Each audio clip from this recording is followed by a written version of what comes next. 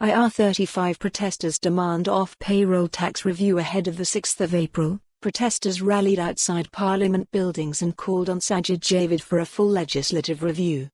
More than 400 protesters descended on Parliament and HM Treasury yesterday, calling on UK legislators to halt IR35's progression.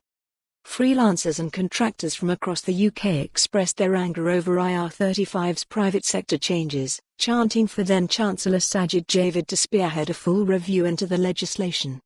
"If you look at all of the evidence, and if you decide to make decisions based on the facts, then absolutely, they should abandon these reforms," said Dave Chaplin, director of the protest. "It's been shown that it's not going to work already, before it's even come into statute." Chaplin said although there are still 8 weeks until it comes into force, much of IR35's damage has been done. "We were in the same situation before the public sector reforms came in, all the same warnings were given, yet they ignored them, and then they had the carnage on the public side, and they continue to deny that they've had problems."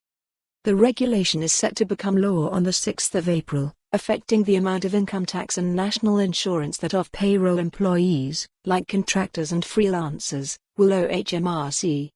While the government launched a review into IR35 in the private sector in early January, protesters at the event argued there is not enough time for HMRC to make any meaningful change.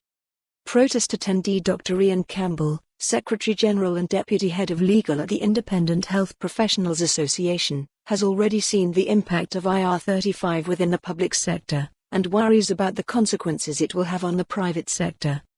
"Essentially, this is extremely poorly thought out," Campbell said.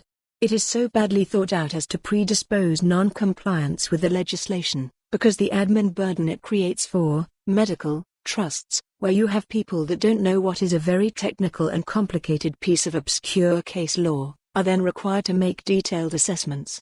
They can't do that. It is morally wrong to make someone an employee for tax purposes only and deny them all rights, to lumber with them the downsides of both employment and self-employment, and the advantages of neither." HMRC's internal manual on IR35 compliance has been updated several times in both January and February, bolstering the framework of its Check Employment Status for Tax (CEST) tool. Currently, the responsible. For more on this story, visit the news article link.